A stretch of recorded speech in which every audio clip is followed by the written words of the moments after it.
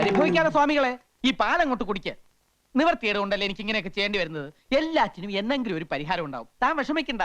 താടിയും മുടിയും വെച്ച് കെട്ടി ഇങ്ങനെ ഫാൻസി ഡ്രസ് കളിക്കാനേ ഇനി എന്നെ കിട്ടുവേല കേട്ടാ. കൊച്ചു ത്രേസ്യ ആരെങ്കിലും കാണും. കാണട്ടെ, എല്ലാരും അറിയട്ടെന്നു. ഇങ്ങനെയുണ്ടോ മനുഷ്യന്മാർ? വലിയ തമ്പുരാക്കന്മാരാണെങ്കിലുവേ ഒന്നിനും നെറിയില്ല. നീ കൊച്ചു ത്രേസ്യക്ക് മനസ്സിലായി കേട്ടാ. അല്ലേ പിന്നെ കെട്ടിക്കൊണ്ട് വന്ന പെണ്ണിനെ ആരെങ്കിലും ഇങ്ങനെ സ്വാമിയായിട്ട് ഇരുത്തുവാന്ന്. നീ കൂടുതലൊന്നും പറയണ്ട. കടപ്പുറത്ത് തേങ്ങ ഇടിക്കാൻ വന്ന എന്റെ അടുത്ത് ഒന്നും രണ്ടും കൊച്ചു വർത്തമാനം പറഞ്ഞ് നീ അടുത്ത് കൂടിയപ്പോ ഞാനും ഏതാണ്ടൊക്കെ പറഞ്ഞുപോയി. ഏതാണ്ടൊക്കെ പറഞ്ഞെന്നാ? പറഞ്ഞത് കൃത്യമായിട്ട് എനിക്കങ്ങോട്ട് ഓർമ്മയുണ്ട് കേട്ടാ. കൊച്ചു ത്രേസ്യയെ ഐ ലവ് യു എന്നാ നിങ്ങ പറഞ്ഞത്. ഈ ഐ ലവ് യു എന്ന് പറഞ്ഞാൽ ഉടനെ കെട്ടിക്കോണോന്നാണെങ്കിൽ കേരളത്തിലെ എല്ലാ ആണുങ്ങൾക്കും 10ഉം 15ഉം ഭാര്യമാര് കണ്ടേനെ. ഇനി ഇഷ്ടപ്പെട്ടു ഒന്ന് എന്നെ ഇരിക്കട്ടെ. എന്ത് അപരാധം ചെയ്തിട്ടാ നിന്റെ അപ്പം വർക്കി എന്നെ ഓടിച്ചിട്ട് പിടിച്ച് രജിസ്റ്റർ ഓഫീസിൽ കൊണ്ടുപോയി എന്നെ കെട്ടിച്ചത്? ഞാൻ ബ്രഹ്മചാരിയായി കഴിയേണ്ടവനാണെന്ന് അങ്ങയുടെ കാല് പിടിച്ച് പറഞ്ഞതാ. അന്നേരം ആ കാല് കൊണ്ട് എന്നെ അങ്ങേരെ മുഖത്ത് തൊഴിച്ചു. എന്നിട്ട് എന്നെ ഭീഷണിപ്പെടുത്തി നിന്നെ ഇങ്ങോട്ട് കൊണ്ടുവരികയും ചെയ്തു. കഴിഞ്ഞതൊക്കെ കഴിഞ്ഞ് ഇനി നമുക്ക് എല്ലാം അങ്ങോട്ട് മറക്കാം. തിരുമേനി, എല്ലാം ഞാൻ മറക്കാം, എന്റെ ബ്രഹ്മചര്യം ഒഴിച്ച്. കൊച്ചു ത്രേസ്യയെ, എനിക്ക് എന്റെ ജീവനിൽ കൊതിയുണ്ട്. നമ്മുടെ രഹസ്യ വിവാഹം കഴിഞ്ഞെങ്കിലും മേപ്പാടം കൽപ്പിക്കുന്നത് വരെ ഞാൻ സ്ത്രീ സുഖം അനുഭവിക്കുന്ന പ്രശ്നമേ ഇല്ല. അങ്ങനെ പറയല്ലേ. തമ്പുരാൻ അറിയാവാ, ഇന്ന് നമ്മുടെ ആദ്യ രാത്രിയാണ്. എന്റെ കാളരാത്രി. അന്ന് കടാപ്പുറത്ത് വെച്ച് ആദ്യമായി തമ്പുരാൻ എന്നെ ഇഷ്ടമാണെന്ന് പറഞ്ഞ ദിവസം ഓർമ്മയുണ്ടാ? ദുർദിനങ്ങൾ ഞാൻ ഓർമ്മിക്കാറില്ല. എനിക്ക് നല്ല ഓർമ്മയുണ്ട്. അന്ന് അയലയും മത്തിയും ചാകര വന്ന ദിവസിയാണ്. ആ സന്ധ്യക്ക് കടാപ്പുറത്ത് വെച്ച് തമ്പുരാൻ എന്നെ നോക്കി പറഞ്ഞു, കൊച്ചു ത്രേസ്യ സുന്ദരിയാണ്. കളിയാക്കിയാലും മനസ്സിലാകാത്ത പെണ്ണ്. ഒരു കാര്യം ഞാൻ പറഞ്ഞേക്കാം. ഞാൻ ജീവനോടെ ഇരിക്കുന്നത് കാണണമെന്നുണ്ടെങ്കിൽ ശൃംഗരിക്കാൻ വരാതെ മര്യാദയ്ക്ക് അടങ്ങി ഒതുങ്ങി ഇവിടെ കഴിഞ്ഞോണം. സമനില തെറ്റി ഞാൻ വല്ലതും ചെയ്തു പോയാൽ പാലമരത്തിന്റെ ചോട്ടിൽ നിന്ന് പിറ്റേന്ന് നീ തന്നെ എന്റെ എല്ലും മുടിയും പറക്കേണ്ടി വരും. അപ്പൊ ജീവിതകാലം മൊത്തം എന്നെ ഇങ്ങനെ സ്വാമി വേഷം കെട്ടിച്ചിരുത്താനാണ് ഇങ്ങോട്ട് കെട്ടിയെടുത്തോണ്ട് വന്നത്. മേപ്പാടം കൽപ്പിക്കുന്നത്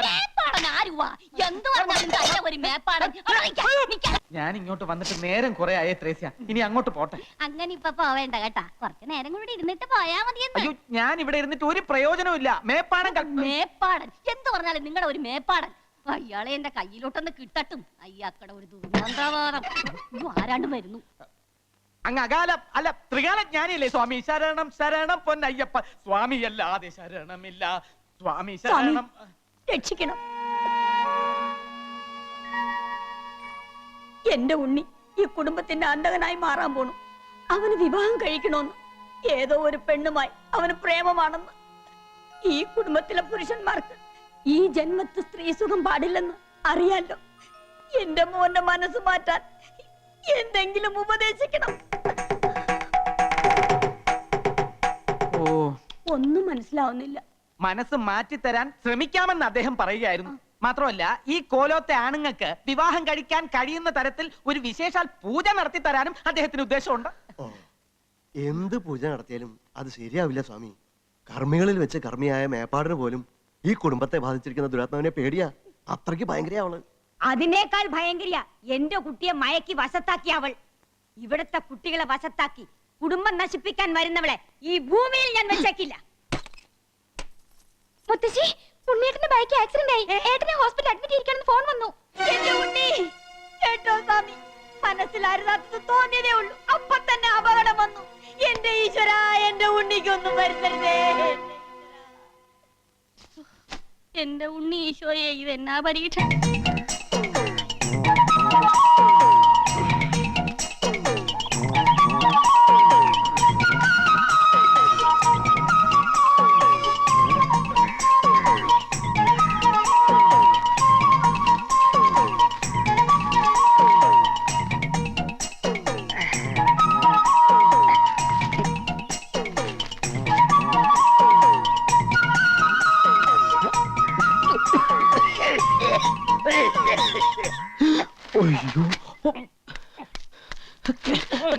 വർക്കി എന്തിനാ ഇപ്പൊ ഇങ്ങോട്ട് വന്നത്? അപ്പനെ കയറി പേര് വിളിക്കരുത് കേട്ടാ. ഭാര്യയുടെ അപ്പനെ സ്വന്തം അപ്പനെ പോലെ കരുതിയും ബഹുമാനിക്കുകയും വേണം. കാണുമ്പോ ഞങ്ങളുടെ മുറേ സ്തുതിയും തരണം. സ്തുതിയല്ല, തൊഴിയാ എനിക്ക് തരേണ്ടത്. എന്തായാലും പറഞ്ഞ ഇങ്ങോട്ട് വരരുതെന്ന് പറഞ്ഞിട്ടില്ലേ? എന്ന് പറഞ്ഞാ എനിക്ക് എന്റെ മോളെ കാണാതെ പറ്റുവാ. നീ ഒരു അപ്പനാവുമ്പോഴേ നിനക്ക് എന്റെ വിഷമം മനസ്സിലാവത്തുള്ളൂ കേട്ടാ. അപ്പനാവാൻ ശ്രമിച്ചാൽ ഞാൻ തട്ടിപ്പോകുന്നുള്ളത് എനിക്ക് അറിയില്ലല്ലോ വർക്കി. അമ്മായിയപ്പ, നിനക്കെന്താണ് ഒരു വിരളി? നീ മേടിക്കണ്ട കേട്ടാ. കൊന്തയെടുത്ത് ഞാൻ അകത്തിട്ടിട്ടുണ്ട്. ഇതാണോ ഇനി നീ എന്റെ മാത്തോട്ടം സൂക്ഷിച്ചു നോക്ക്. ഒരു നമ്പൂരിയുടെ മോറില്ലേ? ഓ, മാഡം പറ്റിയ എത്ര മേക്കപ്പ് ചെയ്യാൻ അൽസേഷൻ പറ്റിയാക്കാൻ പറ്റുമോ? എന്താണ് പറഞ്ഞത്? കുന്തം. ആരാ അത്? ഈശോ. എന്താ? അതെ, ഈശോ. ഈശോ വാസ്യോപനിഷത്തും മുണ്ടകോപനിഷത്തും തൈത്തിരിയോപനിഷത്തും ഹൃദയസ്ഥമാക്കിയിട്ടുള്ള ആളാ. ബഹുപണ്ഡിതനാ. ഞങ്ങ ഇത്തിരി പടിഞ്ഞാറുള്ള നമ്പൂരി നായന്മാരാ. അക്കാര്യത്തിൽ ഒരു സംശയം വേണ്ട കേട്ടാ. ആള് വലിയ ഭക്തനാ. ഇവിടെയുള്ള സ്വാമിയെ കണ്ട് അനുഗ്രഹം വാങ്ങാൻ വന്നതാ. ഞാൻ പറഞ്ഞു ഇപ്പൊ പറ്റില്ലാന്ന്. പൊക്കോളൂ പൊക്കോളൂ. പഠിക്കവരെ വന്നിട്ട് കാണാണ്ട് പോവേ, ഞാൻ കണ്ടേ പോവും. ഞാൻ കൊണ്ടേ പോകും. അമ്മജി നിർത്ത് കൃഷ്ണ, സ്വാമിയുടെ സാന്നിധ്യം അറിഞ്ഞ് ഭക്തരെത്തിയാൽ തടയാൻ നിൽക്കണ്ട. അനുഗ്രഹം വാങ്ങിച്ചോണ്ട് പൊയ്ക്കോട്ടെ. അല്ലേ കേശവ? അതെ അതെ. ഏതില്ലത്തെയാന്നാ പറഞ്ഞത്? കോങ്ങാണ്ടൂർ കോവിലകത്തെ ബാലരാമവർമ്മയുടെ അനന്തരവൻ രവിവർമ്മയുടെ ശ്യാലൻ ഹരിവർമ്മയുടെ മാതുലൻ. മതി മതി, മതിയോ? ഇദ്ദേഹത്തെ ചാവടിക്ക് കൂട്ടിക്കൊണ്ടുപോയി ആ. ദർശനത്തിന് വേണ്ടി സൗകര്യം ചെയ്തു കൊടുത്തോളൂ. വന്നോളൂ, മാറുക. അമ്മച്ചി പറഞ്ഞല്ല, പിന്നെ എന്താണൊരു താമതം? ഏത് സമയത്താണ് തേങ്ങ ഇടാൻ പോയത്?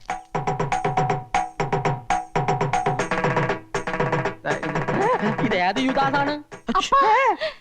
ഇത് ഞാനാണപ്പ അപ്പന്റെ മകള് കൊച്ചു ത്രേസ്യ. എന്റെ മാതാവേ, ഇതെന്നാ കോലമാണ്? കോലോത്തുനിന്ന് നൃത്തബാല നടക്കാൻ പോണോ മകളെ? ആവേശാനന്ദ സ്വാമികളുടെ വേഷത്തിലിരിക്കുന്നത് നസ്രാണി പെണ്ണാണെന്ന് അറിഞ്ഞാൽ നൃത്തബാലയല്ല, മുത്തശ്ശിയുടെ സംഹാര താണ്ഡവം ഇവിടെ നടക്കും.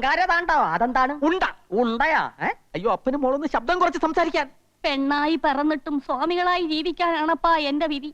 ഒരു സ്വാമിയായി ജനിച്ചിട്ട് പെണ്ണായി കഴിയുന്നതിലും എത്രയോ ഭേദമാണിത്, അല്ലേ? നീ താടിയും മുടിയൊക്കെ ഒന്ന് എടുത്ത് മാറ്റി. നിന്നെ ഞാനൊന്ന് ശരിക്ക് കണ്ടോട്ട് മകളെ. അപ്പനും മോളും കൂടെ എന്നെ കൊലക്ക് കൊടുത്തേ അടങ്ങുമല്ലേ? ഇങ്ങോട്ടാരും വരൂല മകാനെ. വന്നാൽ ആര് സമാധാനം പറയും? കർത്താവ് പറയും. ഭർത്താവാ? കർത്താവ്. താടി എടുക്കാൻ പറ്റൂല. അയ്യോ, എന്റെ അപ്പന്റെ ഒരാശയല്ലേ. നിങ്ങൾ ആരാണ്ടും വരുന്നോന്നൊന്ന് നോക്കിക്കോ പ്ലീസ്. തുടരുത്. അപ്പോഴേക്ക് ഞാൻ ഇതൊന്നും എടുക്കട്ടെ.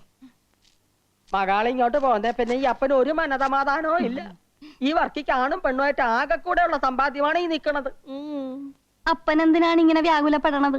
ആൾമാറാട്ടം നടത്തി ഇങ്ങനെ എത്ര കാലം ജീവിക്കും മകളെ? ഇങ്ങനെ ജീവിക്കണതിലും ഭേദം ചാകണതാണ്. എന്റെ മാതാവേ, പക്ഷേങ്കില് ഈ ബ്രഹ്മചാരിക്കട ശവവും കൊണ്ടേ കൊച്ചു ത്രേസ്യെ വിടുന്നു പോവും. അത് നല്ലതാണ്. ഓം ജയ് ഹനുമാൻ. ആരോട് ചോദിച്ചിട്ടാ നീ ഇതിനകത്ത് കയറിയത്? പാല് പാലൊക്കെ ഞാൻ കൊടുത്തോളാം, നീ പോയേ. അതെന്താ ഞാൻ സ്വാമിക്ക് കൊടുത്തതിന്റെ കുഴപ്പം? സ്വാമി ഇപ്പൊ ശീർഷാസനത്തിൽ നിൽക്കുക. മാത്രമല്ല അങ്ങനെ പെണ്ണുങ്ങളുടെ കയ്യിൽ നിന്ന് പാല് വാങ്ങി കുടിക്കില്ല. നീ പോയാലാ പറഞ്ഞു അങ്ങോട്ട്. ഇതെന്ത് കുത്താണ് ഈശ്വര? ആ പെണ്ണ് കണ്ടിരുന്ന ഈ രണ്ടിന്റെ ശവം ഇവിടുന്ന് കൊണ്ടുപോയാ. അങ്ങനെ ഞങ്ങൾക്കിടെ ശവം എടുക്കാൻ ഒരു നായി വളർന്നിട്ടില്ല. ഒരു മാസത്തെ സമയം നിനക്ക് തരണം. എന്തിന്? ഈ വേഷം കെട്ടും ബ്രഹ്മചര്യവും മതിയാക്കി നീ ഒരു യഥാർത്ഥ ഭർത്താവാകണം, മനസ്സിലായ? എന്നിട്ട് എന്റെ മകാൾക്ക് വിശേഷം ഉണ്ടാക്കണം കേട്ടാ. അതെന്ത് വിശേഷം? അത് മകാള് പറഞ്ഞു തരും. അതെന്താണ്? അറുകര തുള്ളി അമ്മാവ ഇങ്ങോട്ട് വരുന്നുണ്ട്. അങ്ങോട്ടല്ല, ഇങ്ങോട്ട്. മകളെ, മകളെ.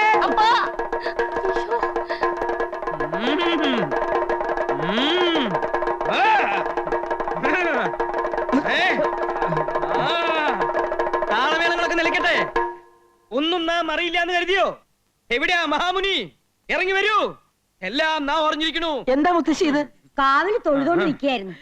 പെട്ടെന്ന് വല്യച്ഛന്റെ ബാധ കയറി ചാവടിയിൽ ആരാന്ന് ചോദിച്ചു തുള്ളല് തുടങ്ങിയതാ. നമ്മെ പരീക്ഷിക്കരുത്. ഇറങ്ങി വരാനാ പറഞ്ഞത്. നമ്മെ കബളിപ്പിക്കാണല്ലേ? വന്നിട്ട് ദിവസങ്ങളായി അറിഞ്ഞു. നമുക്ക് സന്തോഷായി. ഒരു മഹർഷിയുടെ സാന്നിധ്യം ഈ കോവിലത്തെ പരിശുദ്ധമാക്കിയിരിക്കണു. നമ്മുടെ എല്ലാ അനുഗ്രഹങ്ങളും ഉണ്ട്. വരിക, അനുഗ്രഹം വാങ്ങിക്കൊള്ളാം. വരിക. അത്